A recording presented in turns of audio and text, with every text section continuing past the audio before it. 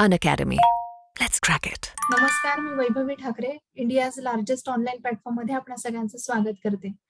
मित्रहो, गेल्या काही दिवसांपासून आपण वेगवेगळ्या कॉम्पिटिटिव्ह एक्झाम्स मधून सिलेक्ट झालेल्या टॉपर्सना आपल्या या प्लॅटफॉर्मवर बोलवत आहोत, जेणेकरून त्यांचा संघर्ष, त्यांचा प्रवास हा विद्यार्थ्यांपर्यंत पोहोचावा. नव्याने या क्षेत्राकडे येऊ पाहणाऱ्या विद्यार्थ्यांना एक मार्गदर्शन मिळावं, त्याचबरोबर या क्षेत्रातले खाचखळगे सुद्धा कळावेत. एक स्कीम ऑफ एक्झामिनेशन विद्यार्थ्यांना समजावं आणि आधीच्या ज्या विद्यार्थ्यांनी या क्षेत्रात पदार्पण केलेलं आहे, त्यांना आपले प्रयत्न हे एका योग्य दिशेने चाललेले आहेत की नाही हे तपासून पाहता यावं, या संपूर्ण उद्देशाने अनअकॅडमीने हा प्लॅटफॉर्म सुरू केला. आणि आजच्या आपल्या या टॉपर स्टॉकमध्ये आपल्यासोबत आहेत UPSC सिव्हिल सर्व्हिसेस 2020 मधून ऑल इंडिया रँक 166 ज्यांना मिळालेला आहे आणि ते यशस्वी झालेले आहेत. आणि याआधी सुद्धा त्यांना IRS मिळालेलं होतं. सध्या ते असिस्टंट इन्कम टॅक्स कमिशनर म्हणून जबलपूर येथे कार्यरत आहेत. अँथ्रोपॉलॉजी त्यांचा ऑप्शनल आहे, असे निवृत्ती आव्हाड सर. नमस्कार. थँक्यू वैभवी.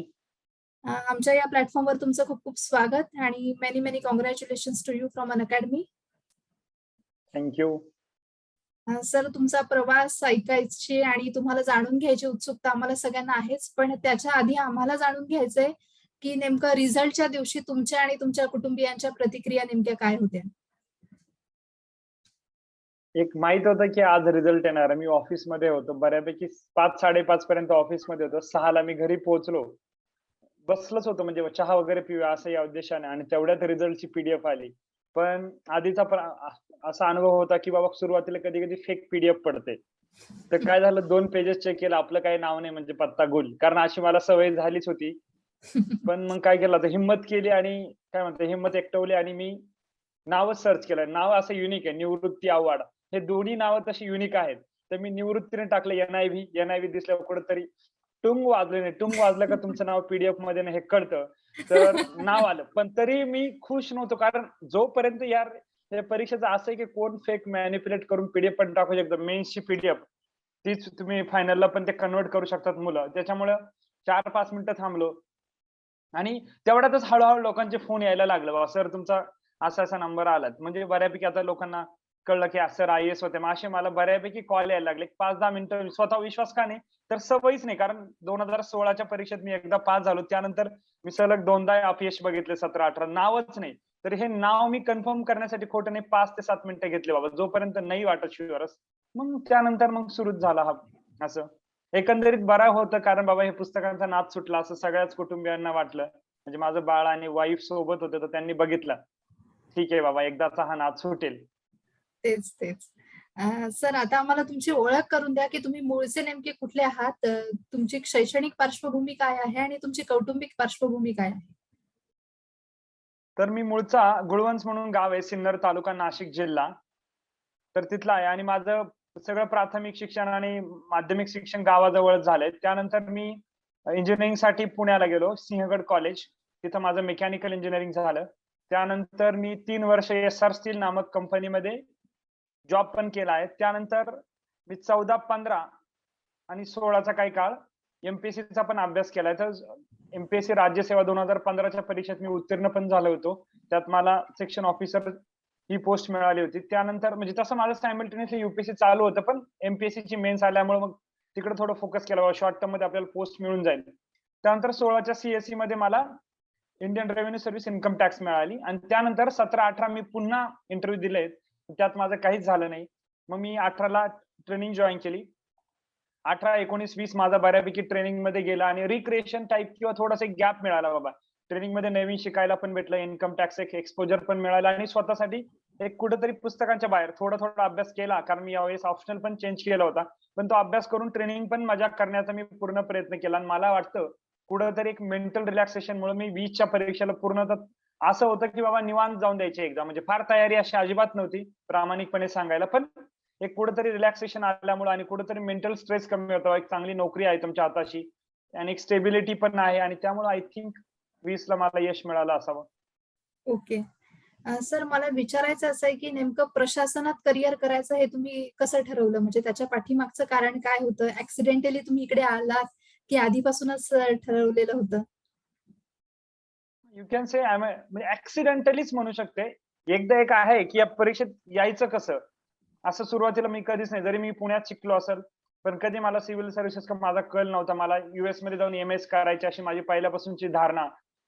आणि मी जॉब सुरू केला समहाऊ त्यावेळेस इकॉनॉमिक घरची परिस्थिती चांगली नाही आणि ग्लोबल फायनान्शियल रिसेशनचा पण कुठेतरी पडसाद होते. त्यामुळे मला माझा MS चा तो निर्णय मला गिव्ह अप करावा लागला किंवा मी ते करू शकलो नाही. तर समहाऊ काय करायचं अल्टरनेटिव्ह मग माझा मित्र आहे अभिजित दराडे तो त्यावेळेस राज्यसेवाच्या प्रिपरेशन करत होता राज्यसेवाचं. त्यामुळे त्याने म्हणे यार तू इंजिनिअरिंगला तर हुशार होतास मग तू इकडेही करू शकतो. मग त्यांनी स्वतः मला ओडिशाला पुस्तकं पाठवून माझा समहाऊ त्यांनी स्वतः फॉर्म वगैरे भरून माझा प्रवास सुरू केला.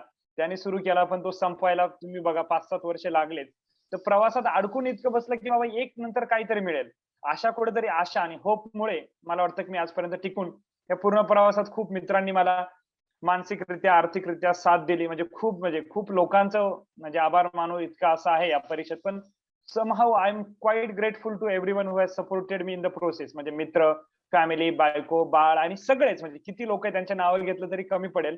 तर खूप लोकांच्या सपोर्टने आणि ब्लेसिंग्समुळे मला वाटतं हे यश आहे. बाकी अभ्यास करणारे तर खूप लोक आहेत. मी अभ्यास केला, मी काही ते नाकारत नाही. 5-6 वर्ष माझाही अभ्यास आहेच. बट अलॉंग विथ दॅट काहीतरी बाबा इंटँजिबल फॅक्टर आहे, ज्यामुळे कुठेतरी तुम्ही एक त्या फॉर्च्युनेट मध्ये येऊन जातात. तर मला वाटतं ते पण झालं माझं.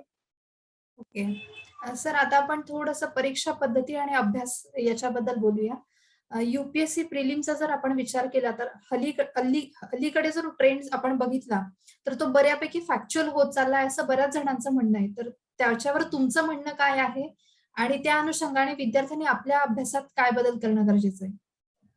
वैभव हा ऍक्च्युली खूप छान प्रश्न आहे. कारण मी आता तू बघितलंच मला 6व्या अटेम्प्ट लागला यश मिळवता. मी 6ही प्रिलिम क्लिअर केले आणि माझा हा इन अ रो 5वा इंटरव्ह्यू होता. याच्यावरून तुला अंदाज आलाच असेल की काय. तर प्रिलिम माझा एक नेहमी स्ट्रॉंग पॉईंट होता. मी MPSC पण पास झालो. तर MPSC पण 1-1.5 वर्ष काय जे आपले बेसिक बुक्स वाचले MPSC चे पण राज्यसेवाचे, त्याचाही मला कुठेतरी माझं फाउंडेशन स्ट्रॉंग करण्यासाठी फायदा झाला.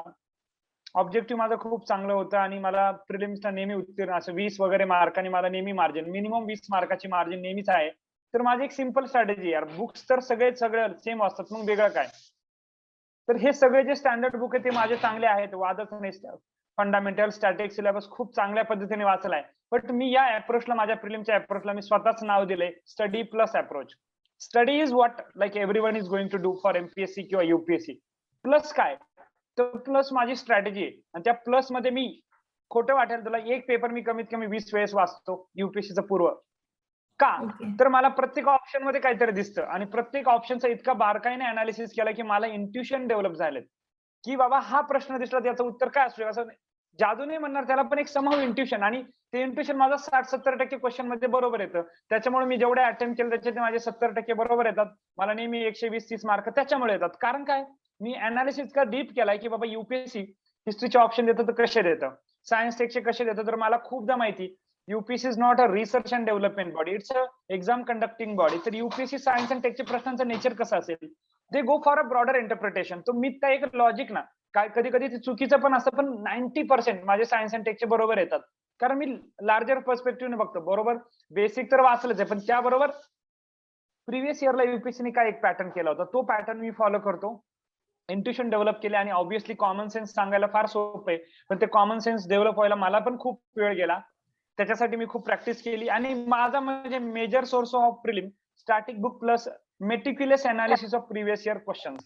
मग ते किती meticulously I cannot tell in words, because मी 10 ते 20 वेळेस प्रत्येक पेपर बघितलाय.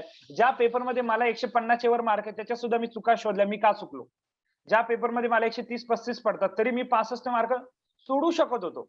म्हणजे ह्याच्यात काही खंत वगैरे नाही, तुला प्रिलिमला टॉपर येण्यात काही लॉजिक नाहीये, पण एक समहाऊ अनालिसिस. आणि मग कितीही टफ पेपर आला तरी बाबा 5-10 क्वेश्चन मी स्ट्रॅटेजीने सॉल्व्ह करतो आणि समहाऊ मला वाटतं त्या 5-10 क्वेश्चनमुळे मला एज मिळते. तर मुलांनी स्टॅटिक तर चांगलं करायचंच आहे. म्हणजे प्रत्येक विषयाला एक बुक. करंटचा फार म्हणजे लोकांनी वावा करून ठेवलं, खूप ग्लोरीफाय केलं. करंट यावर्षी विचारलं, पण ते करंट जरी असलं तर त्याचा बेस स्टॅटिक मध्ये हे लक्षात घ्या तुम्ही.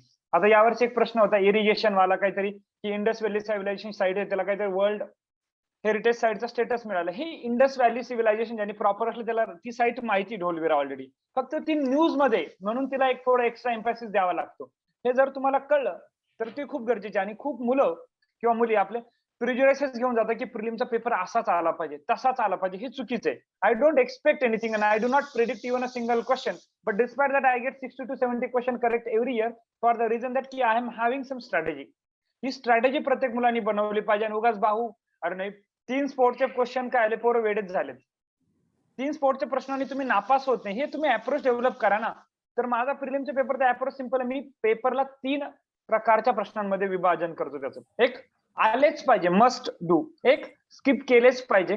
आणि तिसरं रिस्क घेतलीच पाहिजे. हे जर 3 category, it is depending upon your preparation. Mostly आता माझं कसं होतं, मी खूप कॅज्युअली प्रिलिमला जायचो एक सर्व्हिस मध्ये असल्यामुळे, आणि प्रिलिमचं आपलं एक हिस्ट्री चांगली असल्यामुळे किंवा लेगसी चांगली, तर मी I will attempt 99-100. But those are newcomers, त्यांना मी 90 पर्यंत का थांबावं लागतं? 10 प्रश्न असे युपीएससीचे की तुम्ही 50 वर्ष अभ्यास केला तरी सॉल्व्ह करू शकणार नाही. ते 10 प्रश्न स्किप करायचे.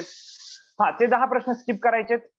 त्यानंतर 90 पैकी 50 प्रश्न तुम्हाला इतके सोपे असतात, म्हणजे तुमचा पहिला अटेम्प्ट असो, 10वा अटेम्प्ट असो, ते तुम्हाला जमतात. आणि 40 क्वेश्चन तुमचे वर्केबल असतात, म्हणजे कॉमन सेन्स, इंट्युशन, इलिमिनेशन, थोडीफार स्ट्रॅटेजी, थोडंफार सबकॉन्शियस माइंड, ह्या सगळ्या गोष्टी मला हे सांगायला फार इझी वाटतं, पण तुम्ही हे प्रोसेसमध्ये स्वतःला करा. आणि खूप स्पून फिडिंग होते. स्पून फिडिंगचा अर्थ मराठीत कळतच असेल मुलांना, की खूप तुम्हाला आयतं भरवलं जाते, की या क्लासेस हा मटेरियल आणेल, ते आणेल. ते नक्की वाचा, पण तुम्ही ऍक्टिव्ह लर्निंग सोडू नका. म्हणजे द हिंदू वाचण्याची किंवा तुमचे लोकसत्ता वाचण्याची जी मजा आहे, ती कोणत्याही न्यूजपेपरच्या अनालिसिस मध्ये नाही. न्यूजपेपर अनालिसिस नक्की करा, but provided before that at least give 1 hour for that. कारण आता तुमचं इंटँजिबल स्किल सेट बिल्ड होतो, तुमची कॅपॅसिटी बिल्ड होते. कारण जो लिहिणारा ऑथर आहे तो जगातला एक्सपर्ट असतो, भारतातला एक्सपर्ट असतो. त्याचे व्ह्यू कसे मांडतो, तो कसे बॅकअप करतो त्याचे क्लेम, म्हणजे याचा तुम्हाला निबंधाला फायदा होतो, तुमची रायटिंग स्टाईल डेव्हलप करण्यासाठी फायदा होतो, आणि कंटेंट तुम्हाला अनालिसिस मध्ये पण मिळतं. पण ऍक्टिव्ह लर्निंग आणि स्पून फिडिंग मधला मला वाटतं हा अर्थ आजचा आपला क्रक्स असेल पूर्ण लेक्चरचा. हे लोकांना कळलं पाहिजे. ज्याला हे कळलं तो पास होणार. सर, माझा पुढचा प्रश्न हा सुद्धा प्रिलिम संदर्भातच आहे. युपीएससीला प्रिलिम मध्ये सीसॅट हे क्वालिफाईंग असतं. एक ठराविक मार्क्स तुम्ही मिळवलेत आणि तुम्ही सीसॅट क्वालिफाय केलं, आणि जीएस मध्ये जर तुम्ही कट ऑफ इतके मार्क्स मिळवले तर तुम्ही इन असतात.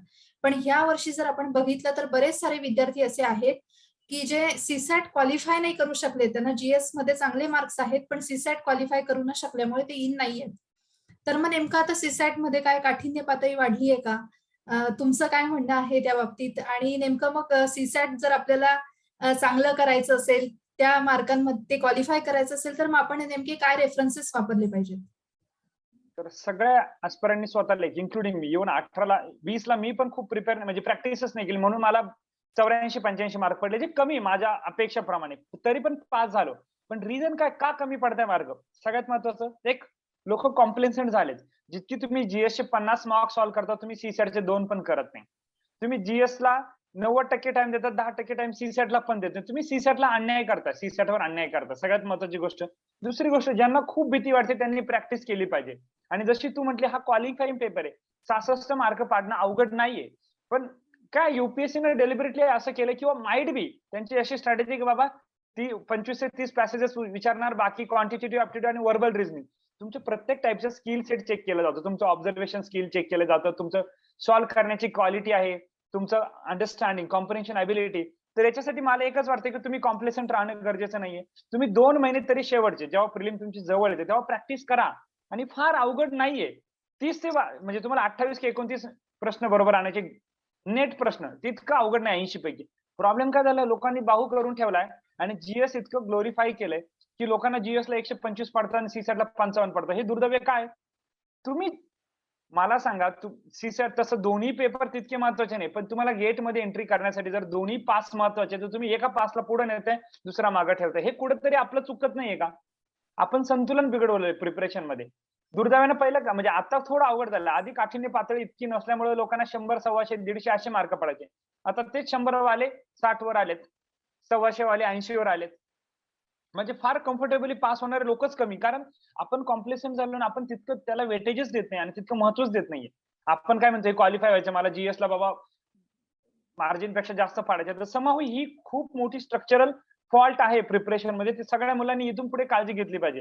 आणि जे राज्यसेवा करतात ते मुलं सीसॅट पास होतात. का होतात? कारण राज्यसेवा तुम्ही एक्झाम बघितली तर राज्यसेवेला पूर्वचे दोन्ही पेपरला वेटेज आहे, तर ते वेटेज युपीएससी कडे नाहीये. पण तुम्ही तोच अप्रोच इकडे का फॉलो करत नाही शेवटी? आणि मला वाटत नाही की बाबा जो मुलगा बेसिक प्रॅक्टिस किंवा मुलगा मुलगी बेसिक प्रॅक्टिस करून त्याला 40 प्रश्न बरोबर आहे, तेवढंही अवघड नसतं. प्रॉब्लेम काय, तुम्हाला टाइम मॅनेज होत नाही, कारण तुमची प्रॅक्टिस नाहीये. तुम्ही जीएसच्या 50 टेस्ट सॉल्व्ह करता, सीसॅटच्या 10 तरी करा. At least 20 to 25% of your preparation for prelims should be devoted towards CSAT. कारण ऍट द एंड तुम्हाला क्लिअर करणं महत्वाचं आहे. हे रडून कोणीच नाही, तुम्हाला कोण म्हणजे मी सिंपथी पण देत नाही. उद्या तिथं मी पण असलो तर कोण सिंपथी देणार, बाबा नाही झालं म्हणजे दुःख वाटलं, ठीक आहे वैभव तुला कमी मार्क पडले, निवृत्ती तुला कमी मार्क पडले, पण at the end you are not clearing and remaining 9-10,000 in India they are clearing the exam, they are going to write mains. Somehow या गोष्टी आपण रिफ्लेक्शन करणं फार गरजेचं आहे असं मला वाटतं. प्रॅक्टिस करा, फार जास्त सोर्सेसची गरज नाही आणि निग्लेक्ट करू नका, कॉम्प्लिसन्सी ठेवू नका. नक्कीच. सर युपीएससी मेन्स म्हटले की विद्यार्थ्यांसमोर पहिला प्रश्न असतो की ऑप्शनल कोणता घ्यायचा आणि तो कसा निवडायचा. म्हणजे बरेच विद्यार्थी असे असतात की 1-2 मेन्स एका ऑप्शनल लिहून बघतात, नंतर मग ते चेंज करतात. आय थिंक तुम्ही पण आता बोलताना उल्लेख केला की आधी तुमचा ऑप्शनल दुसरा होता आणि नंतर तुम्ही अँथ्रोपॉलॉजीकडे गेलात. तर मग हे असं नेमकं का होतं आणि म्हणजे ऑप्शनल निवडताना विद्यार्थ्यांनी कोणत्या गोष्टी लक्षात घेतल्या पाहिजेत? तर पहिला मुद्दा असा की ऑप्शनल निवडायचा कसा आणि कोणता ऑप्शनल निवडायचा. सगळ्यात महत्वाचं काय, ऑप्शनल निवडणं खूप गरजेचं. ऑप्शनल निवडणं म्हणजे लग्न करणं युपीएससी बेसिकली. हे जर तुम्ही अनालॉजी वापरली तर तुम्हाला कळेल की किती महत्व आहे. म्हणजे कोणत्या ऑप्शन असा निवडता का जो वाचताना तुम्हाला बोर नाही झालं पाहिजे. पॅशन किंवा पॅशन बी नाही म्हणणार, इंटरेस्ट तरी पाहिजे. तुम्हाला सिलेबस आवडता वाटतो आणि यार मी वाचलं तर मला बोर होत नाही. अदरवाईज तुम्हाला माहिती का मॅथमॅटिक्सला 350 मार्क पडतात, पण मला मॅथमॅटिक्सचा एम पण होत नाही, मी घेईल का तो ऑप्शन? सिंपल लॉजिक आहे. जो विषय तुम्हाला आवडतो तो निवडायचा. दुसरं, स्टडी मटेरियल किती अवेलेबल आहे. स्टडी मटेरियल बरोबर जर कोचिंग जर तुमची इकॉनॉमिक अफोर्डेबिलिटी असेल, म्हणजे मस्त असं नाहीये पण असलं तर अतिउत्तम.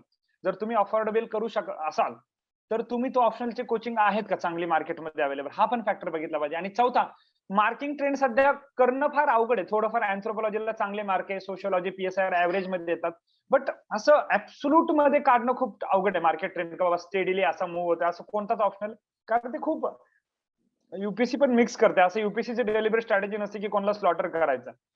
त्याच्यामुळे हे 3-4 फॅक्टर आपण बघितले पाहिजे. पण मला वाटतं इंटरेस्ट आणि स्टडी मटेरियल आणि अवेलेबिलिटी ऑफ कोचिंग. आणि जर अजून मोर फॅक्टर जर तुम्हाला अजूनच जास्त रस आहे तर जीएस मध्ये किती ओव्हरलॅपिंग आहे बाबा. समजा आता सोशियोलॉजी माझा होता, त्याचा जीएस 1चा मला सोसायटीचा पार्ट आहे तो जमायचा, सोशल जस्टिस जमायचा आणि नेहमी एक निबंध तुमचा समाजशास्त्राच्या रिलेटेड असायचा. त्यामुळे ह्या ओव्हरलॅपिंगमुळे मला समाजशास्त्र आवडायचा.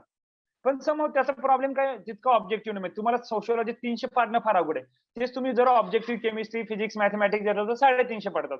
म्हणजे तुमचे जे जीएस चे मार्क इकडे वाढतात ते ऑप्शनला वाढतात. तो संतुलन बनार आहे, असं आहे म्हणजे त्याच्यात बॅलन्स राहणारच आहे. तर तुम्ही तो विचार करायचा. आणि मी का ऑप्शनल चेंज केला, जनरली खूप लोक का चेंज करतात. एक तर तुला कळत असेल की माझा प्रवास जरा जास्तच लांब झाला, त्यामुळे मी कुठेतरी बोर पण झालो होतो आणि मला एक 18 नंतर वाटलं की आता एक्झाम द्यायची नाही. पण द्यायची असेल तर मी काहीतरी वेगळं करून देईल, कारण तेच रोज वाचणं आणि मग काहीच मजा नाही. रोजच म्हणत त्याला कोण रड, अशी परिस्थिती आल्यामुळं सॅच्युरेशन तर नक्की आलं होतं. I accept it. आणि खूप सगळ्या गोष्टी पाठ पण मार्क कुठेतरी तितके पाहिजे मनासारखे पडत नव्हते. मग I shifted to anthropology for one reason की टू ब्रेक मोनोटोनिक किंवा बोर्डम कमी करण्यासाठी. दुसरं, it has huge overlapping with sociology. असं अँथ्रोपॉलॉजी म्हणजे फार जगा वेगळं नाहीये. सोशियोलॉजीचे 40-50% सिलेबस कुठेतरी कळायला मदत होते आणि रिपीटेड होतं. तर ह्या अँगलने मी घेतलं. म्हणजे जर मी सोशियोवरून मॅथमॅटिक्स गेलो असतो तर मग मला 1 वर्ष 2 वर्ष प्रॉपर लावावं लागलं असतं. आणि मला माहिती मी ट्रेनिंग मध्ये माझा जॉब आहे, मला किती वेळ मिळणार आहे. तर त्या कॅल्क्युलेशन नुसार मी असा ऑप्शन घेतला की आपल्याला 50% वाचायचंय. तरी मला जमलं नाही, कारण मग नंतर ट्रेनिंग आणि ते थोडं हेक्टिक व्हायला लागलं, कोविड थोडंसं त्याच्यामुळे जमलं नाही. पण ऑप्शन असल्यामुळे काय, फॅमिलीवर असल्यामुळे मला 50%च करावं लागलं आणि त्याचा मला कुठेतरी फायदा पण झाला. तर ह्या काही गोष्टी आपण लक्षात घेतला तर ऑप्शन निवडला पाहिजे. ओके. सर युपीएससीची जर खासियत आपण म्हणायची म्हटली तर त्याची मेन्स ही डिस्क्रिप्टिव्ह असते आणि तिथेच खरं मजा आहे म्हणजे. तर एक नवखा विद्यार्थी जो युपीएससी मध्ये येतो आणि तो मेन्स लिहिण्यापर्यंतचा प्रवास म्हणजे हे ओपिनियन बिल्डिंग असेल, आपल्या सभोवताली घडणाऱ्या गोष्टी आणि त्याच्यावर आपल्या स्वतःचं एक मत असणं गरजेचं आहे. तेव्हाच तुम्ही मेन्समध्ये ते व्यवस्थित रिफ्लेक्ट करू शकतात. तर हा प्रवास नेमका कसा होतो? म्हणजे हा प्रवास विद्यार्थ्याचा कसा घडतो? त्याची स्वतःची मतं कशी बनतात? तो कशा पद्धतीनं मेन्स लिहितो? आणि माझा यात तर प्रवास साधारणतः फार वेळ किती हफाजड लागतो? होता. माझा प्रवास तसा हफाजड होता, कारण मी एमपीएससी केलं, त्यानंतर युपीएससी केलं. म्हणजे मी युपीएससी पण द्यायचं आणि एमपीएससी पण द्यायचं. माझं ऑब्जेक्टिव्ह आणि सब्जेक्टिव्ह फार मिक्स झालं. तर मला 15 पर्यंत युपीएससी कळलीच नव्हती किंवा ते काय लिहायचं ते कळत नव्हतं. कारण मी एमपीएससीचा अप्रोच घेऊन बसलो होतो की मला ऑब्जेक्टिव्ह म्हणजे कोणती गोष्ट इतक्या डिटेलमध्ये वाचायची की ती मला फॅक्च्युअली लक्षात राहायची. पण मला युपीएससी नुसतं फॅक्ट्सच नाही, तर तुम्हाला तुमचं अनालिसिस जमलं पाहिजे. तसं तू बोलली की ओपिनियन बिल्ड करता आलं पाहिजे. तर ओपिनियन बिल्ड करण्यासाठी मला जे वाटतं की तुम्ही बेसिक एनसीईआरटी वाचा, एक स्टँडर्ड बुक वाचा, त्याच्यावरती न्यूजपेपर कळण्यासाठी तुम्हाला ह्या गोष्टी गरजेच्या आहेत. पण न्यूजपेपर मधून तुमचं ओपिनियन बिल्ड होतं. म्हणजे चांगलं आता चांगले सी राजमौन आहे त्यांच्या इंटरनॅशनल रिलेशन सब्जेक्टचे आर्टिकल वाचलं तुम्हाला अंदाज येतो की बाबा अफगाणिस्तानमध्ये हेच चाललंय तर भारताने काय केलं पाहिजे किंवा चायना आणि पाकिस्तान एकत्र येतं तर भारताने कोणाशी टायअप केलं पाहिजे जेणेकरून त्यांना आपण टॅकल करू शकतो. तर हे सगळे ओपिनियन किंवा अनालिसिस ज्याला म्हणून मराठीत विश्लेषण म्हणूया ते करण्यासाठी तुम्ही वर्तमानपत्र मस्ट आहे. Not spoon feeding active learning. तुम्ही स्वतः वाचा आणि स्वतः शिका त्यातनं. काही नवीन शब्द मिळतील, काही नवीन वाक्य मिळतील ते पण वाचायला शिका आणि त्यावरून काय कळेल तुम्हाला एक अंदाज येईल यार कसं वाक्य फिरवतात, कसे आर्ग्युमेंट आपले जस्टिफाय केले जातात. मला वाटतं युपीएससी करणारे वर्तमानपत्र हे मस्ट आहे. त्यांना तुम्हाला मेन्स लिहायला पण फायदा होतो. आता हा प्रवास कसा होतो आयडियली? सगळे मग सुरुवातीला अ ब क करतात, एनसीईआरटी वाचतात, त्यानंतर स्टँडर्ड बुक्स वाचतात. त्यानंतर काय करायचं तुम्हाला वर्तमानपत्र कुठेतरी लिंक करायला येतात. मेन्स असेल यावंच बाबा मेन्स मध्ये टॉपिक आहे प्रेशर ग्रुप, पंचायत राज इन्स्टिट्यूशन त्याच्याबद्दल कोणीतरी छान आर्टिकल लिहिलं किंवा त्याच्याबद्दलचं छान आर्टिकल योजनामध्ये आलं तर तुम्ही जर बेसिक बाबा तुम्हाला कळलं की 73rd कॉन्स्टिट्यूशनल अमेंडमेंट काय ही जर कळली तर तुम्हाला पंचायत राज इन्स्टिट्यूशनचा आजचा स्टेटस काय की हाऊ क्रिटिकली इव्हॅल्युएट करायचं त्याला म्हणजे how to evaluate it critically if you know the basics of panchayat raj किंवा कॉन्स्टिट्यूशन स्टेटस आल्यानंतर काय प्रोग्रेस आलाय आणि काय लूपहोल्स आहेत किंवा काय स्ट्रॉंग पॉईंट झाले आतापर्यंत हे कळण्यासाठी तुम्ही पार्श्वभूमी खूप चांगली ठेवा. तर स्टॅटिक चांगलं करा त्यानंतर न्यूजपेपर वाचा आणि प्रत्येक विषयाच्या आपल्या स्वतःच्या नोट्स बनवा. तर त्याला काय म्हणूया आपण फॉर्डर मटेरियल गॅदर करण्याची स्टेज आहे म्हणजे फॉर्डर मटेरियल तुम्ही मिळवा त्यानंतर जशी गाय खाते त्यानंतर रवंत करणे म्हणजे रुमिनेशन म्हणतो इंग्लिशमध्ये. तर तुम्ही फॉर्डर मटेरियल एकदा खाल्यानंतर रुमिनेशन म्हणजे तुम्ही इंट्रोस्पेक्ट करता की अरे ही गोष्ट अशी तर मी असं लिहू शकतो. रवंत केल्यानंतर मग ऍट द एंड आहे की तुम्हाला you are going to write. तर लिहिणं एक पहिल्या लोकांचा खूपच प्रश्न आहे सर मला आन्सर रायटिंग जमत नाही. बाबा तू एनसीईआरटी पण नाही वाचले तुला न्यूजपेपर पण कळत नाही तुला आन्सर रायटिंग पहिल्या दिवशीच करायची. तो it should be a very gradual process म्हणजे जसं मी म्हणतो नात्यांची मजा ती हळूहळू उलगडण्यात आहे. जशी युपीएससी प्रिपरेशन पण इतकं ग्रॅज्युअली जर गेलं तर तुम्ही नक्कीच साऊंड पद्धतीने व्हा म्हणजे तुमचं फाउंडेशन खूप स्ट्रॉंग होईल. अदरवाईज काय होईल आज एनसीईआरटी वाचायला लगेच पेपर वाचायला लगेच लिहायचं मग ते कुठेतरी ती इनडेप्थ अनालिसिस होणार नाही आणि तुमचं आन्सर तितकं बॅलन्स आणि होलिस्टिक राहणार नाही. मला वाटतं हे जर टप्प्याटप्प्याने केलं ग्रॅज्युअल अप्रोच तर तुम्ही नक्कीच छान आन्सर लिहू शकतात आणि छान आन्सर पण हे मी ते परत कोणता आन्सर परफेक्ट माहित नाही. तुम्ही जो पेपर तुम्हाला छान वाटतो त्याच्यात कमी मार्क येतात जो पेपर तुम्ही फक्त लिहिलाय काहीतरी अनालाइज त्याला चांगले मार्क पडतात. सो छान पण किंवा रोल मॉडेल आन्सर म्हणूयात त्याला ते पण असं काहीच नाहीये. ओके. सर युपीएससीच्या इंटरव्ह्यू बद्दल जर आपण म्हटलं तर एक बऱ्यापैकी मार्क्स युपीएससीचा इंटरव्ह्यू कॅरी करत असतो. म्हणजे रिझल्ट मध्ये तुम्ही इन असाल की आउट असाल यामध्ये इंटरव्ह्यू पण एक मेजर रोल प्ले करतो. तर मग इंटरव्ह्यूची अशी काही वेगळी तयारी करावी लागते का? हा थोडं काहीतरी आय थिंक कॉलमध्ये हा ओके. माझा प्रश्न तुम्हाला ऐकायला आला आधीचा? नाही नाही ओके. मला विचारायचं असं आहे की इंटरव्ह्यूची अशी काही वेगळी तयारी करावी लागते का? आणि मॉक इंटरव्ह्यूजचा कितपत फायदा होतो? इंटरव्ह्यूची तयारी केली पाहिजे. दुर्दैवाने माझा इंटरव्ह्यू काही इतका स्ट्रॉंग पॉईंट कधीच नव्हता कोणत्याच अटेम्प्टला. पण जनरली लोक मला वाटतं तुम्ही या प्रोसेसमध्ये घडत पण असतात. तुमचे ओपिनियन बिल्ड झाल्यानंतर तुम्हाला कळतं की बाबा फार्मरचे बिल आलेत किंवा नवीन जे काही गव्हर्नमेंटच्या स्कीम्स आहेत तर त्याचा कितपत फायदा होतो, कसं तुम्ही केलं पाहिजे. ऍज अन आय-ए-एस ऑफिसर तुम्ही काय करू शकता, as a SP of a district तुम्ही हे कम्युनल रायट्स किंवा कोणते इन्सिडेन्सेस कसे मॅनेज करू शकतात. तर याच्यासाठी मला वाटतं की तुम्ही जीएस वाचता वाचता तुमची कुठेतरी थॉट प्रोसेस बिल्ड होती. आणि इंटरव्ह्यू मध्ये काय जसं तुम्ही मेन्स मध्ये लिहितात इंटरव्ह्यू मध्ये तुम्ही बोलतात. आता मग तुम्ही किती चांगले बोलायला आहात आणि किती बॅलन्स्ड आहात, किती काम आणि कंपोज आहात ते तुमच्या इंटरव्ह्यू मध्ये चेक होतं. तुमचं एक लॉजिकल जजमेंट, तुमचं बॅलन्स्ड रिझनिंग ह्या सगळ्या गोष्टी तुमच्या इंटरव्ह्यू मध्ये चेक होतात. आणि मॉक मध्ये तुम्हाला एक अंदाज येतो की मॉक मध्ये पण खूप सिनियर ब्युरोक्रॅट बसतात म्हणजे तिथे. त्यातून अंदाज येतो की तुम्ही किती छान बोलतात, तुमचं ओपिनियन बिल्ड झालंय का, तुम्हाला तुमचे आर्ग्युमेंट चांगले जस्टिफाय करता येतात का, whether you are not extremist in nature म्हणजे तुमचं कळते ब्युरोक्रेसी मध्ये तुम्हाला ऍक्टिव्हिस्ट किंवा एक्स्ट्रीमिस्ट नाही व्हायचं. तुम्हाला एक प्रॉब्लेम नक्कीच आहे सिस्टम मध्ये पण ते प्रॉब्लेम सॉल्व्ह करण्यासाठी तुम्ही काय करू शकता. Be a solution oriented person not a problem creator. तर हे तुमचे अँगल चेक होतात इंटरव्ह्यू मध्ये. आणि मला वाटतं समहाऊ वेगळं काय असं प्रिपरेशन नसतं. करंट तुम्ही त्यावेळेस वाचत असाल आणि पूर्ण प्रिपरेशन मध्ये ओव्हरऑल तुमचं इंटिग्रेटेड प्रिपरेशनच मानतो मी याला की त्यामध्ये तुमची थॉट प्रोसेस बिल्ड होते. आणि आर्टिक्युलेशन आय थिंक तुम्ही 20, 22, 25 वर्षाचे होतात तोपर्यंत तुमचं आपोआप काही ना काही एक प्रत्येक माणसाचे एक युनिकनेस डेव्हलप होते. काय म्हणतात ओरिजिनॅलिटी किंवा इंडिव्हिज्युअलिटी डेव्हलप होते. तर त्यात काय असं फार वेगळं नाही. पण नक्कीच हे मॉक वगैरे द्यायलाच पाहिजे. आणि तुम्ही जे डॅप मध्ये प्रॉपर तो डॅप जर काळजीपूर्वक भरला तर प्रत्येक एंट्री असते डॅप मध्ये त्याच्याबद्दल तुम्हाला माहिती पाहिजे आणि त्यावर most of the time interview जातो. तर असा काही प्रवास आहे. माझा काय इतका छान नाही झाला आजपर्यंत इंटरव्ह्यू पण जनरली लोक असंच करतात आणि असं ओके. करायलाच पाहिजे. ओके. सर मुलांना प्रश्न असतो, की जॉब करत-करत नेमका अभ्यास कसा करायचा? तर आधी तुमचं आय-आर-एस म्हणून सिलेक्शन झालेलं होतं आणि तुम्ही सर्व्हिसेसमध्ये होतात. तर मग नेमकं प्रिपरेशन मॅनेज तुम्ही कसं केलं? हां, आता म्हणजे तुम्हाला हौस आहे बाबा आय-ए-एस व्हायचं किंवा रँक इम्प्रूव्ह करायची किंवा नवीन सर्व्हिसमध्ये पाहिजे. तर त्याग करायची भूमिका पाहिजे. असं नाही की बाबा मग एका दिवसात आपल्याला कारणं खूप आहे. म्हणजे एखाद्या दिवशी बॉस जरी बोलला तरी तुमचा दिवस खराब होतो. मग कधीतरी येणार घरी फ्रस्ट्रेशन काढणार, पार्टी करणार कळतंय तुम्हाला हे सगळं. हे तुम्हाला कुठेतरी त्याग करायचं कारण हे स्वप्न तुमचं आहे. त्याच्यामुळे टाईम काढणं खूप गरजेचं आहे. जी गोष्ट तुम्हाला आवडते म्हणजे जे आवड असते त्याला आपली सवड पण निघतो. आपण जे मराठीत म्हणतो तेच तुम्हाला करायचंय. म्हणजे मला माहिती आहे की आपण आता मी प्रिलिम झालोय बाबा 2-2.5च महिने मला सुट्ट्या पण तितक्या मिळाल्या नव्हत्या. तर मी काय करायचो रोज 4-5 तास काढायचोच. म्हणजे माझं काम पण तितकं हेक्टिक नव्हतं. इनिशियली तो 5-6 तास काम करायचं आणि 5-6 तास आपला अभ्यास आणि उरलेला वेळ आपला हेल्थ, फॅमिली याच्यावर द्यायचो मी. त्याच्यामुळे मला एक असं वाटायचं की बॅलन्स्ड होतं. माझा इतक्या दिवसाचा अभ्यास पण होता, अक्युमुलेटेड होता माझ्या केसमध्ये. त्याच्यामुळे मला फार जास्त एक्स्ट्रा एफर्ट घ्यायची गरज नाही पडली. पण मलाही वेळ कमीच पडला. म्हणजे तितकं टाईम मॅनेजमेंट जमलं नाही. म्हणजे जितकं मी उत्तरं लिहायला पाहिजे, जितकं ऑप्शनलचे पेपर लिहायला पाहिजे, समहाऊ मला तितकं जमलं नाही. पण मला वाटतं की जर पॉसिबल असलं तर 2-1 महिने मेन्सच्या आधी सुट्टी घ्यायची. पुण्यात, दिल्लीला जायचं, प्रॉपर प्रोफेशनल टेस्ट सीरीज द्यायचे, स्वतःचे स्किल चेक करायचे. कारण शेवटी काय तुम्ही कितीही वाचलं आणि जर तुम्हाला 3 तासामध्ये येस. तर 3 तासामध्ये तुमची क्वालिटी जर ती आली नाही तर काही मजा नाही. कारण इट्स अ रिलेटिव्ह कॉम्पिटिशन. तुमचं कॉम्पिटिशनमध्ये तुम्ही किती पाण्यात आहात ते कळण्यासाठी तुम्हाला हे सगळं करायची गरज आहे.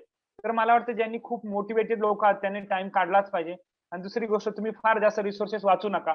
ॲज तुमच्याकडे वेळ कमी तर तुम्हाला खूप काय म्हणतात तुमचं preparation should be very precise, resources should be very minimum but maximum revision आणि थोडी एक स्ट्रॅटेजी फॉलो करून चला. मला वाटतं खूप लोकांचं सक्सेस रेशो पण चांगला आहे आता सध्या जे जॉब करून करतात. कारण जॉब करणाऱ्याला एक फायदा काय? Mental stability, financial security, load नाही. तितका लोड येत नाही जितका म्हणजे दिल्ली, पुण्यात बसणाऱ्या ॲस्पायरंटला जितका लोड आहे, तितका जॉबवाल्याला लोड नाही. म्हणजे this is a cost we are going to pay. म्हणजे आपल्याकडे नोकरी आहे, आपल्याला वेळ कमी पण त्याची कॉस्ट काय? Financial security. जो ॲस्पायरंट फुल टाईम करतो, त्याला एक प्रिलिम नापास झाल्यानंतर वर्षभर वेट करायचंय. ते कुठेतरी आपल्याला करावं लागत नाही. तर समहाऊ बॅलन्स होतच. निसर्गामध्ये संतुलन मेंटेन करायचं प्रोसेस आपण केली आणि ते तुम्ही करायचं. कारण अजिबात द्यायची नाही. 4-5 तास जरी वेळ मिळाला तरी प्रॉपर अभ्यास झाला आणि ज्याच्याकडे वेळ कमी त्याला खूप महत्त्व आहे त्याचं. 24 तास म्हणजे काय दिल्लीतले ॲस्पायरंट काय 24 तास अभ्यास नाही करत. त्यांचा अर्धा तासच अभ्यास होतो. आपण 5-6 तास करतो. नंतर वाढवतो आपला अभ्यास. तो होतो मला वाटतं समहाऊ. तर जॉब करता त्यांना खूप फायदा आहे. कारण तुम्ही मोटिव्हेटेड असतात आणि तुम्हाला सगळ्या प्रकारची सिक्युरिटी असल्यामुळे तुम्ही उलटं जास्त आणि केलं पाहिजे. मला हे जाणवलं यावर्षी म्हणजे खूपदा जाणवलं. ओके. सर जितक्या अर्ली स्टेजमध्ये आपण ह्या प्रिपरेशनला सुरुवात करू, तेवढ्या अर्ली आपण एक्झिट करू शकतो का? म्हणजे तुम्हाला काय वाटतं? कारण आता सिव्हिल सर्व्हिसेसचा एकूणच अवेअरनेस खूप वाढलेला आहे. अगदी 11वी-12वी पासून मुलं ठरवतात, की मला अगदी शाळेपासूनच त्याच्या आधीपासूनच ठरवतात, की मला यू-पी-एस-सी करायचंय. म्हणून मग ह्युमॅनिटीज घेतात आणि मग ग्रॅज्युएशनला जो सब्जेक्ट असतो तोच नंतर ते ऑप्शनल म्हणून घेण्याचा प्लॅन करतात आणि कुठेतरी सक्सेस पण मिळवतात ह्या प्रोसेसमधून. तर हे कितपत तुम्हाला प्रॅक्टिकल वाटतं आणि किती वर्क होतं? जसं तू म्हटली, की हे एक्झाममध्ये खूप अनसर्टन्टी पण आहे. आता खूप लोकं जर खूपच डिटरमाइंड आहात, रिझोल्यूट आहात, तर त्यांच्यासाठी ठीक आहे बाबा ग्रॅज्युएशनमध्ये तेच घेऊ. पण जे लोकं यार वाटतंय, की काय आपण इंजिनिअरिंग करून पण करू शकतो. ते इंजिनिअरिंगचा काय एक फायदा आहे, तुम्ही बाबा एक सॉफ्टवेअर इंजिनिअर आहे. तुम्हाला वाटलं 2-3 वर्ष यू नाही झाली, एम नाही झाली, तर you can have a good job. But ह्युमॅनिटीजवाले काही 100% सक्सेस नसेल होत, असं मला तरी वाटतं.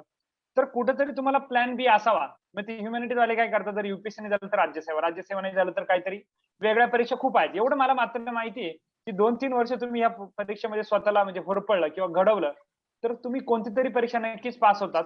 So either way it's good, but it's a very individualistic choice. आणि जर लोकांना वाटतं यार आपण you can be a good engineer, त्यानंतर you can be a very good bureaucrat also. इंजिनिअरिंगचं एक वेगळं एक्सपोजर आहे तुम्हाला. म्हणजे 4 वर्ष जो एक प्रवास होता. आता माहित नाही कोविडमध्ये इंजिनिअरिंगची किती मजा राहिली. पण पहिल्या काळात समहाऊ तुम्ही प्रिपरेशन लीव्हमध्ये केलेला अभ्यास आणि मोठे-मोठे पुस्तकं बघायची सवय लागलेली त्यामुळं भीती कमी होते. यू-पी-एस-सीचं कितीही जाड पुस्तक आलं तर भीती वाटत नाही. ठीक आहे आपण करू शकतो. म्हणजे कुठेतरी एक सायकॉलॉजिकल कम्फर्ट आपल्याला हे होतो आणि ह्या पूर्ण ग्रॅज्युएशनचं तुम्हाला जरी टँजिबली बेनिफिट होत नसेल एक्झाममध्ये, तरी तुमचं जे स्किल सेट बिल्ड होतं किंवा कॅपॅसिटी जी बिल्ड होती, ती नक्कीच मला वाटतं यू क्रॅक करण्यामध्ये फायदा होते. जसं यू करणाऱ्यांमध्ये इंजिनिअर लोकांचं प्रमाण पण जास्त आहे आणि सक्सेसचं पण त्याच रेशोमध्ये प्रमाण आहे. तर समहाऊ ते पण रिफ्लेक्टिव्ह मला वाटतं खूप इंडिव्हिज्युअलिस्टिक चॉईस आहे. पण जर पॉसिबल असेल तर चांगलं ग्रॅज्युएशन करा. इंजिनिअरिंग वगैरे चांगल्या कॉलेजमधून करून पण तुम्ही करू शकतात. खूप लोकं आय-आय-टी, आय-एमचे पण येतात. पण खूपच तुम्ही डिटरमाइंड आहात बाबा 10वी-12वी पासूनच ठरवलंय. की करायचं तर त्या लोकांनी ह्युमॅनिटीज घेतलं तरी काही अवघड नाही. कारण बऱ्यापैकी पूर्ण युपीएससीचा तुम्ही जर अभ्यासक्रम बघितला, तो कला शाखेचा अभ्यास आहे. तर तो एक चांगलाच आहे. बट किती लोकांना ते पटतं आणि किती लोकांच्या घरच्यांना त्यांना कन्व्हिन्स करायला जमतं, ह्या गोष्टी पण आपण बघितल्या पण पाहिजे. मला वाटतं 10वी पासून अभ्यास नका करू. थोडं जगा. 12वी ग्रॅज्युएशन नंतर अभ्यास केला पाहिजे. फार लवकर म्हणजे काय 10 वर्ष अभ्यास करून काय करायचंय? हा पण प्रश्नच आहे. सर, आज तुम्ही आमच्यासमोर बोलताना दिसतायत, पण हे यशाच्या पाठीमागे बरेच अप्रत्यक्ष हात असतील, एक सपोर्ट सिस्टम असेल, तर त्या सपोर्ट सिस्टम बद्दल आम्हाला ऐकून घ्यायला आवडेल. तुम्हाला जसं सांगितलं सपोर्ट सिस्टम तर आहेच आहे. माझं लग्न होऊन 6-7 वर्ष झाले, तर बायको आणि आई-वडील तर पहिल्यापासूनच सपोर्ट, ते काही मेन्शन करायचीच गरज नाही. पण बऱ्यापैकी आता ह्या अटेम्प्टला बायको आणि माझं बाळ सोबत होतं, तर त्यांचा खूपच सपोर्ट आहे. म्हणजे बाळाने समजून घेणं ही सगळ्यात मोठा सपोर्ट आहे माझ्यासाठी. त्यानंतर तुम्हाला जसं सांगितलं, माझे खूप मित्र अभिजित दराडे असेल, राम मदने असेल, औदुंबर पाटील असेल, संतोष कांगणे, निलेश कालेवार, गजानन, असे इतके मित्र आहे, म्हणजे कोणाचं नाव घेऊ असं नाही. खूप लोकांनी मला वेळोवेळी मदत केली. नुसती मानसिक, आर्थिक प्रत्येक प्रकारे, म्हणजे घरची कामं असतील, माझे स्वतःचे वैयक्तिक कामं, सगळ्या कामांमध्ये इतक्या मित्रांनी मदत केली. तर ही सपोर्ट सिस्टम मला तेव्हाही होती, आय-आर-एस बनण्याच्या आधी, सेक्शन ऑफिसर बनण्याच्या आधी, आजही आहे आणि उद्या पण असणार आहे. तर समूह मला वाटतं प्रत्येकाने आपले कुठेतरी पॉझिटिव्ह सेट ऑफ पीपल असावे, जे आपल्याला नेहमीच साथ देतील. म्हणजे तुमचं यश बघून किंवा तुमचे पोझिशन बघून बदलणारे हे कोणतेच लोक नाही. तर असे लोक तुम्ही नेहमीच ठेवा, हे मला वाटतं. आणि सपोर्ट सिस्टम फारच गरजेची, कारण तुमचे अप्स अँड डाऊन्स, तुम्हाला सांगितलं रिझल्टच्या 5 मिनिटं आधी पण तुम्हाला माहित नाही की तुम्ही देशात पहिल्या 100-200 मध्ये असणार आहे किंवा तुम्ही पास होणार आहे, हे कोणालाच माहित नसतं. Uncertainty is the beauty of this exam. But ती ब्युटी आता वाटतं, पण तेव्हा जे तुम्ही जेव्हा एक्झाम मध्ये असता तेव्हा तुम्हाला कळतं काय दुःख आहे. तर हे दुःख किंवा सुख तुमचे पेलवण्यासाठी किंवा भोगण्यासाठी लोक तुमच्या बरोबर असतात. आणि ते खूप म्हणजे प्रत्येकाचा एक क्लोज सर्कल असावं, जे तुम्हाला नेहमीच अनकंडिशनली सपोर्ट करत असतो आणि त्यांचं तुम्ही नेहमी ग्रेटफुल पण असलं पाहिजे, असं मला वाटतं. तर सपोर्ट सिस्टम तुम्हाला आयुष्यभर पाहिजे आणि त्याचं खूप महत्व आहे. आणि पॉझिटिव्ह फ्रेंड करा आणि पुण्यात येऊन दिल्लीत जाऊन फक्त टाइमपास करण्यासाठी येऊ नका, असं मला वाटतं. समहाऊ आपण आपलं स्वप्न, आई वडिलांचं स्वप्न पूर्ण करण्यासाठी तुम्ही मोठ्या शहरात येतात, क्लासेस लावतात, तर त्याच्यातनं किती तुम्ही युटिलिटी व्हॅल्यू त्याची किती आहे हे बघितलं पाहिजे. उगाच घरच्यांना सांगायचं लाख रुपयाचा क्लास लावलाय आणि त्याचा तुम्हाला जर काहीच फायदा होत नसेल, तर या गोष्टीचा आपण कुठेतरी विचार करायची गरज आहे. कारण महाराष्ट्रात खूप चांगले सिलेक्शन आहेत. ॲज यू सेड की बाबा हायपर ऍक्टिव्हनेस आहे सध्या, हायपर अवेअरनेस आहे. पण खरंच ते ट्रान्सलेट होतंय का? म्हणजे आपण किती आपल्याशी स्वतः इंटिग्रिटी कन्सेप्ट आहे. किती इंटिग्रिटी ठेवतो आपण आपल्या पालकांसोबत, या गोष्टीचा पण सगळ्यांनी विचार केला पाहिजे. जर तुम्ही करते असाल आणि तुम्ही स्वतः कमवत असाल तर ठीक आहे, थोडेफार तुम्ही पैसे इकडे-तिकडे खर्च करू शकता. पण जर आई-वडील तुमचे कष्ट करून शेतीतनं म्हणून तुम्हाला 8,000-10,000 रुपये मिळून पुण्यात देत असाल आणि जर तुम्ही पुण्यात येऊन काय करता हे जर तुम्ही विचार केला, तर मला वाटतं मला ह्या परीक्षेत यश मिळवणं फार अवघड नाही. म्हणजे जरी तुम्हाला 5,00,000 लोक प्रिलिमला बसत असले, तरी शेवटच्या 500 मध्ये येणं तितकं अवघड नाही. कारण टप्प्याटप्प्याची परीक्षा आहे. 5,00,000तनं 10,000, 10,000तनं 2,500, 2,500तनं 500त येणं फार अवघड नाही. एक-एक टप्प्याचा एका वेळेस विचार करायचा, मला वाटतं समहाऊ ही खूप गरजेचं आहे. तर पूर्ण प्रवासात मी हेच शिकलोय. पेशन्स, कॉन्फिडन्स आणि okay. Obviously being grateful to all these people. This because grateful राहणं म्हणजे तुम्हाला लोक ब्लेसिंग्स देतात आणि मला वाटतं अभ्यासाबरोबर समहाऊ इंटँजिबल पॉवर जे आहेत त्यांना पण तुम्हाला नक्कीच यशासाठी मदत मिळतेच. सर, एक शेवटचा प्रश्न विचारते आणि आपण या इंटरव्ह्यूचा समारोप करूया. One of the prestigious services म्हणून या सर्व्हिसेसकडे समाज बघत असतो. म्हणजे एक आर्थिक, मानसिक, सामाजिक स्थैर्य देणारी सेवा म्हणून या सेवेकडे समाज बघतो. तर एक सर्व्हिसेसमध्ये आल्यानंतरचा अनुभव काय असतो नेमकं? म्हणजे ह्या गोष्टी खऱ्या सत्यात उतरतात का, असं वाटतं का? आणि ह्या सर्व्हिसेसचे चॅलेंजेस नेमके काय-काय आहेत? सर्व्हिसेस नक्कीच चांगल्या, म्हणजे युपीएससी 26, 26, 27 परीक्षा सर्व्हिसेससाठी परीक्षा घेते. सगळ्या सर्व्हिसेस चांगल्या आहेत. पण काय झालंय माहिती, एक 2च सर्व्हिस भारी, त्यांचं खूप ग्लोरिफिकेशन आहे, बाकीच्या सर्व्हिसेसचं नाहीये. तर सुरुवातीला मुलांना कळलं पाहिजे की फक्त आय-ए-एस आणि आय-पी-एसच बनत नाही. तर या परीक्षेमध्ये खूप पोस्ट आहेत. इंडियन सिव्हिल अकाउंट सर्व्हिस आहे, इंडियन कॉर्पोरेट लॉ सर्व्हिस आहे, इंडियन ऑडिट अकाउंट सर्व्हिस आहे, रेल्वेच्या खूप सर्व्हिसेस आहेत. त्या सगळ्या सर्व्हिसेस चांगल्या आहेत. पण प्रॉब्लेम काय, आपल्याला माहित नसल्यामुळे आपल्याला कुठेतरी निगेटिव्हिटी येते. मग ती सर्व्हिस जर अलोकेट झाली तर आपल्याला मग त्याच्याबद्दलचं कुठेतरी एक येणारं नैराश्य, तुम्ही सक्सेस पण एन्जॉय करत नाही. त्यामुळं मला वाटतं प्रत्येक सर्व्हिस बद्दल आधीच माहिती असणं महत्वाचं आहे. हां, नक्कीच प्रेस्टिजियस म्हटलं तर खरंही ठरेल, पण मला वाटतं खूप जास्त ओव्हर ग्लोरिफिकेशन झालंय सिव्हिल सर्व्हिसेसचं. तर आपलं एकच काम आहे सगळ्या तुमच्या आमच्यासारख्या लोकांनी ह्या माध्यमातून रिच्युअलाइज झालं पाहिजे. नक्कीच तुम्ही खूप चांगल्या सर्व्हिसेसमध्ये येतात. काम करण्याची प्रत्येक सर्व्हिसेसमध्ये खूप चांगली संधी आणि त्याचा आपण पूर्णपणे चांगला वापर करावा असं मला नेहमी वाटतं. त्याच्यामुळे फक्त हे नाही झालं तर आयुष्यात नाही झालं तर नैराश्य डेव्हलप करायचं असं नाहीये. तर मला वाटतं नक्कीच थोडं सत्य आणि म्हणजे ग्लोरिफिकेशन आणि रियालिटीमध्ये थोडासा फरक नक्कीच आहे. बट तुम्ही काय अपेक्षा घेऊन येता आणि कोणत्या मोटिव्हेशन येते हे पण खूप महत्वाचं आहे. अदरवाईज तुम्हाला जर नुसतं पॉवर आणि प्रेस्टिज पाहिजे तर समहाऊ तुमचा म्हणजे हिरो मोड पण होऊ शकतो इनिशियली. कारण सिस्टमिक चॅलेंजेस नक्कीच आहेत. इन्फ्रास्ट्रक्चरचे इश्यूज असतात. पहिल्याच दिवशी तुम्हाला गाडी भेटली पाहिजे असंही खूपदा अट्टहास असतो. कधी-कधी मिळत पण नाही. कधी-कधी खूप चांगलं ऑफिस पाहिजे. नाही मिळत. तुम्हाला स्वतःहून करून घ्यावं लागतं. पण मला वाटतं काम करण्याची मजा सगळ्या सर्व्हिसेसमध्ये आहे. प्रत्येकाचा आपला एक या पूर्ण स्ट्रॅटेजिक गव्हर्नन्स सिस्टममध्ये प्रत्येक सिस्टमचा एक रोल आहे. तो रोल जर तुम्ही पार पाडणार असाल तर नक्कीच म्हणजे आज मी इन्कम टॅक्स मध्ये आहे तर we are playing a very good strategic role in the whole government. म्हणजे बघा कोशमूलदंड आमच्या सर्व्हिसचा मोठो पण आहे आणि कौटिल्यांनी म्हटलं पण आहे कोशमूलदंड. तर कोश नसलं तर तुमचं गव्हर्नन्स चालणार कसं? पण आमची सर्व्हिस खूप स्पेसिफिक आहे. ज्या लोकांना टेक्निकल सर्व्हिस कळत नाही किंवा स्पेसिफिक ते लोकांना बोर होऊ शकतं.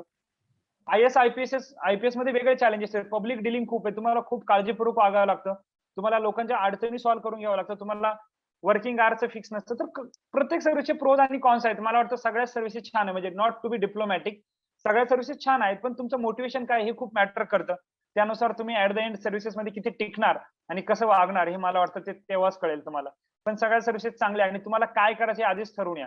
नाही तर उगाच इथे येऊन बाबा मला ही सर्व्हिस भेटली मग मला हेच IAS व्हायचं होतं आणि नाही झालं तर काय होईल असं पण नको. मग त्यानं काय होतं नैराश्य येतं. लोकांना वाटतं की ऑफिसर झालाय आणि समहाऊ तुम्ही ते कुठेतरी एन्जॉय करत नसतात हे मला वाटतं की आधीच तुम्हाला कळलं पाहिजे. ओके. विद्यार्थी मित्र हो, निवृत्ती आव्हाड सरांनी त्यांचा रंजक अगदी छान असा प्रवास आपल्यासोबत शेअर केलेला आहे, की नेमके ते प्रशासनात कोणत्या कारणाने आले, कधीपासून त्यांच्या ह्या प्रवासाला सुरुवात झाली आणि आजचंही यश आपल्याला बघायला मिळतंय. त्याचबरोबर त्यांनी तुम्हाला सुद्धा काही गाईडलाईन्स दिलेल्या आहेत, की स्पून फीडिंग न घेता एक ॲक्टिव्ह लर्निंग तुम्ही करा. प्रिलिम असेल, मेन्स असेल, इंटरव्ह्यू असेल, त्याची तयारी कशी करावी?